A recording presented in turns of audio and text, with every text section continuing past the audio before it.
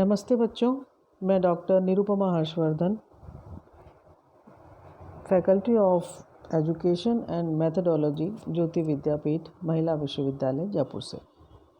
आज मैं BA BEd के सेकंड सेमेस्टर के हिंदी लैंग्वेज के पेपर में मीरा के पद पढ़ाऊंगी। लेकिन बच्चों, मीरा के पद पढ़ने से पहले आइए हम मीरा के जीवन परिचय की संक्षिप्त जानकारी ले लेते हैं। जैसा कि आप जानते हैं, मीरा कृष्ण भक्त थी और भक्ति काल की कृष्ण भक्ति शाखा की ये प्रसिद्ध कवयित्री थी। मीरा के पद बहुत प्रसिद्ध हैं और जगह जगह गाए भी जाते हैं। मीराबाई का जन्म श्रावण सुदी 1 शुक्रवार को संवत 1555 विक्रमी में कुड़की नामक ग्राम में हुआ। ये अपने माता पिता की इकलौती संतान थीं। बचपन में ही इनकी माता का देहांत हो गया था। कुड़की में कुछ दिनों इनका लालन पालन हुआ, फिर इन्हें पितामह राव दादू के पास पहुंचा दिया गया। उन्होंने इनका पालन पोषण बहुत ही स्नेह से किया, जैसा कि कोई अपनी संतान का करता है। मीरा का विवाह मेवाड़ के सिसोदिया राज परिवार में हुआ। 18 वर्ष की आयु में ही इनका विवाह कर दिया गया। उदयपुर के महाराजा भोजराज इनके पति थे, जो मेवाड़ के महाराणा सांगा के पुत्र थे। विवाह के कुछ समय बाद ही मीरा के पति का देहांत हो गया। पति की मृत्यु के बाद इन्हें पति के साथ सती करने का प्रयास भी किया गया, किंतु मीरा इसके लिए तैयार नहीं हुई। मीरा बचपन से ही कृष्ण भक्त थी और कृष्ण को ही अपना पति मानती थी। साधु संगति में बैठने के कारण मीरा का बहुत विरोध हुआ। उनके घर परिवार के सदस्यों ने उन पर बहुत अत्याचार भी किया और एक बार तो उनके लिए विष का प्याला भी भेजा गया।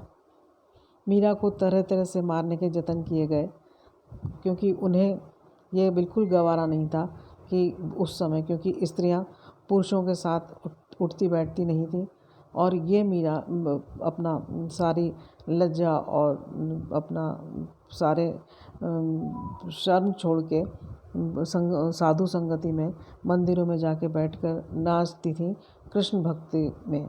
तो कृष्ण भक्ति में लीन होकर वो जब उनके पद गाती थी तो उनको उनके परिवार के सदस्यों को बिल्कुल अच्छा नहीं लगता था और इस बात की वो भर्त्सना करते थे।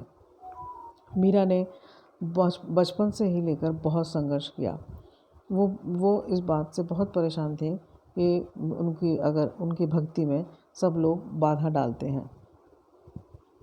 मीरा ने कृष्ण भक्त काव्य की रचना की। उनके द्वारा रचित पद आज भी बड़े शौक से गाए जाते हैं। कहते हैं कि 30 वर्ष की अवस्था में मीराबाई ने मथुरा, वृंदावन और अंत में द्वारका धाम की यात्रा की। इनकी मृत्यु भी एक रहस्य की तरह है। कोई नहीं जानता कि मीरा की मृत्यु कैसे हुई। बहुत तरह तरह की भ्रांतियाँ इस बारे में हैं और ऐसा माना जाता है कि ये जब द्वारिका में रहती थी तो कृष्ण मंदिर से अचानक ही गायब हो गई थी और ऐसा भी कहते हैं कि इन्होंने स्वयं को कृष्ण में समाहित कर लिया था। तो कुल मिला के बचपन से लेकर अंत तक जो मीरा का जीवन था वो बहुत ही संघर्षपूर्ण था। संघर्ष में रही, फिर भी उन्होंने कृष्ण भक्ति नहीं छोड़ी और उनके जो पद हैं, इनकी रचनाएं हैं, वो बहुत ही प्रसिद्ध हैं और आज भी वो गाए जाते हैं। तो इनके पद ही ज़्यादा प्रामाणिक हैं।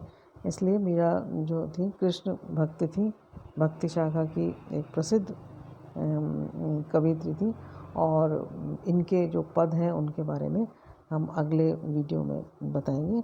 उसका अपन बच्चों अध्ययन करेंगे।